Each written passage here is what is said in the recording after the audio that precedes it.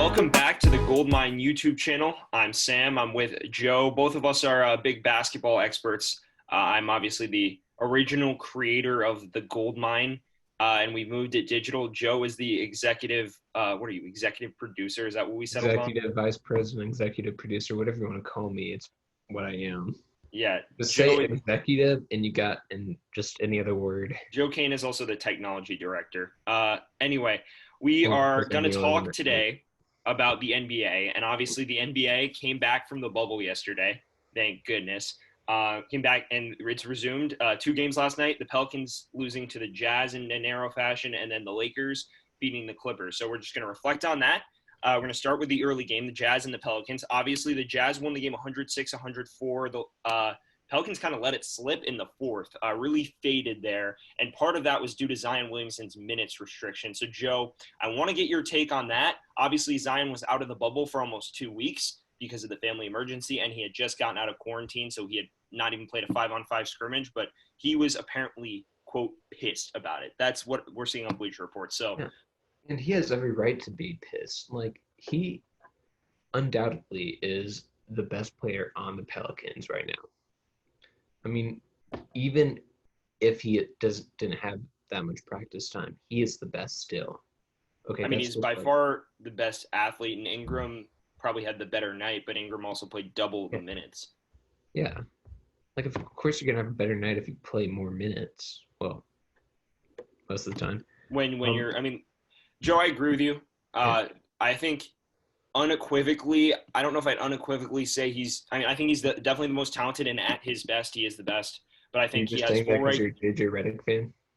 J.J. Redick is – I was going to say Ingram, but J.J. Redick last night was incredible. He was incredible. Fanboy of the other players. I've been a fanboy of J.J. Redick since 2004. Like, I OG J.J. Redick fanboy here since I was 4 years old. But regardless, you're right. I think he has every right to be mad. I understand he missed practice, and he practiced literally once, no 5-on-5 scrimmage.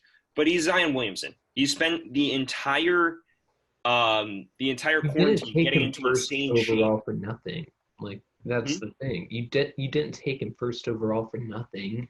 And it's not like they have injury concerns with him right now. Right now, it's literally fitness concerns. Maybe there's some mild injury concerns because obviously Zion is a big body and he puts a lot of weight on those knees, and he has had knee problems in the past. But there was no like explicit like minutes restriction due to injury. The minutes restriction was due to like him not being in full game shape. But like my thing on it, Joe, is he spent all of quarantine dropping all that weight to get in insane shape. Like, I mean, the man still looks like a beast, but he looked like even more of a beast 2 weeks ago. And you're telling me now that he can't play more than 15 minutes or play in the final 8 minutes of a close game? Like, I'd be mad if I was Zion. Like, look, I understand the concerns, but when you're a team competing for an 8 seed, you're right in the thick of things, and you're playing a Jazz team that you led the whole night, you're losing momentum, you should bring the number 1 overall pick in the game. Like, that, I feel like that's common sense. Yeah, I agree. And then going on to the other side of things, encouraging note for the Jazz. Obviously lost Bojan Bogdanovic to injury. I think he had foot surgery, and so he's out the entire playoffs. And that's their second leading scorer. But the Jazz looked good, spread the wealth. The whole starting lineup and then Jordan Clarkson were in double figures. And Jordan Clarkson led the team in scoring with 23 last night. Joe, I'm curious to get your take on this. What did you see from Utah? Do you think this trend can continue? And if it does, how far do you see them going? You know, I was like impressed at Utah for a bit. I was impressed because like Rudy Gobert, as we all know, was the first person to get COVID in the NBA. And I definitely thought that would have some repercussions on the team chemistry. But like, they came off with a win. Rudy Gobert got the game-winning free throws. And honestly, I mean, other than, the 6 players of the team played for 30 or more minutes, which I think is insane. I mean, I definitely don't have that much stamina to go. But I didn't see like them slipping up that much. I saw the Pelicans slipping up more, and like they had a more spread out like minute lineup, so to speak. But yeah, I was definitely impressed by the Jazz, and Clarkson coming off the bench with 23 points was definitely good. Yeah, I mean, I was too. Do I think this trend can continue? I'm going to Maybe. say no.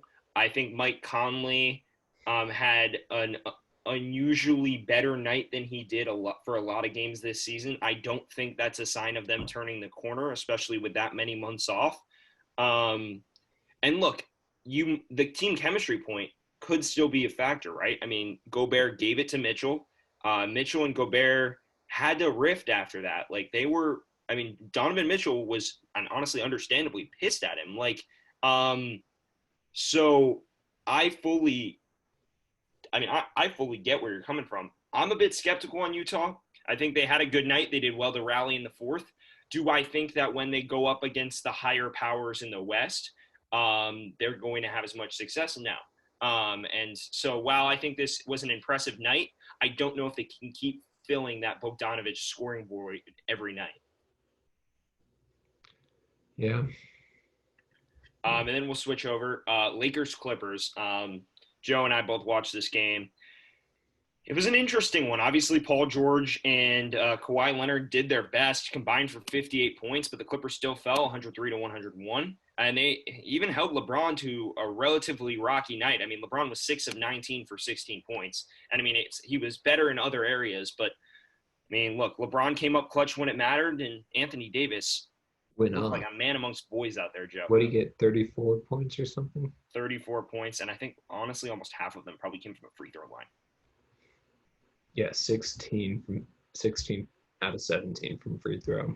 That's just James Harden numbers right there. Yeah, I mean, Joe, I want to get your take on that.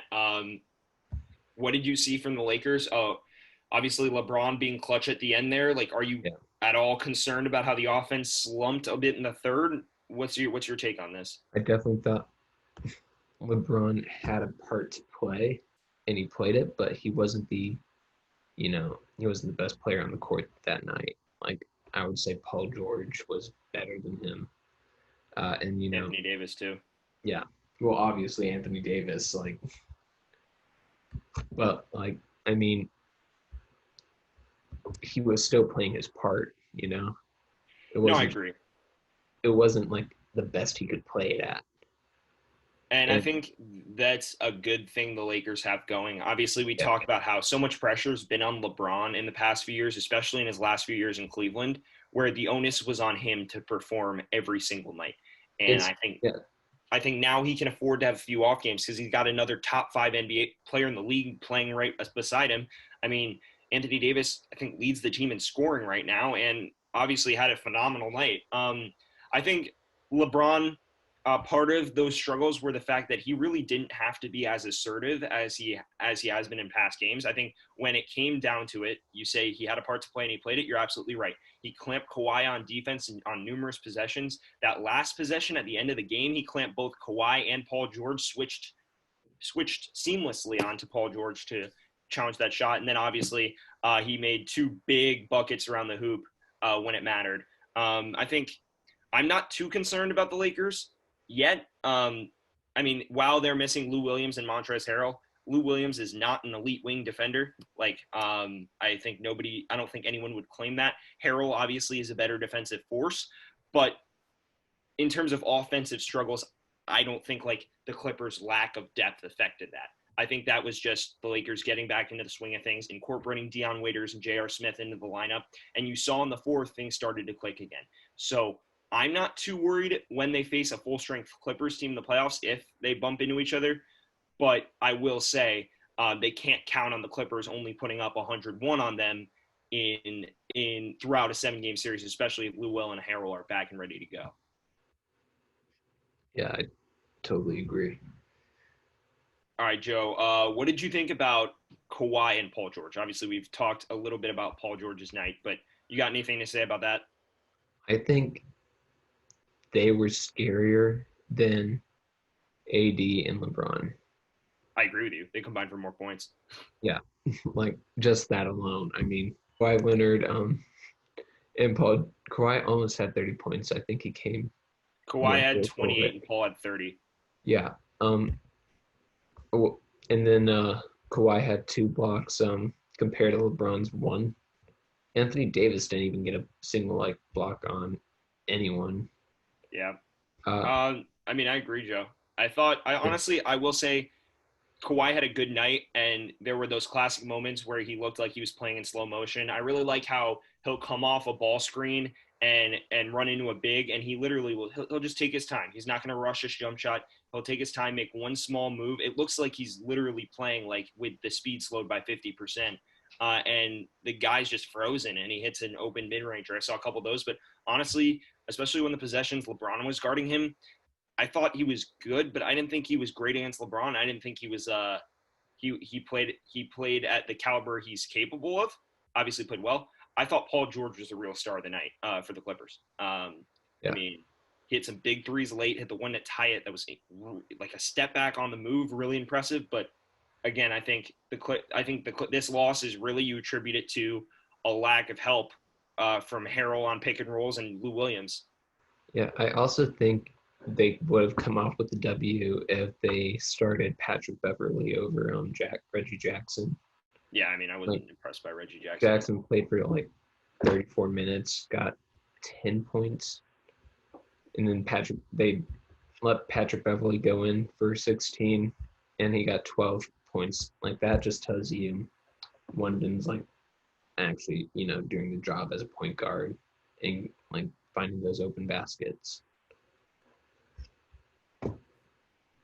Yeah, I agree. I thought Beverly was a little more impressive.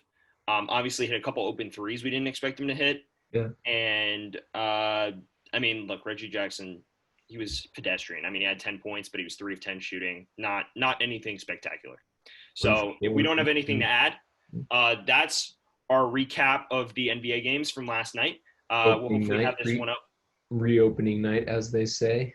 Yes, reopening night. So yeah, thank you guys for tuning in, and we will catch up with you on the next one.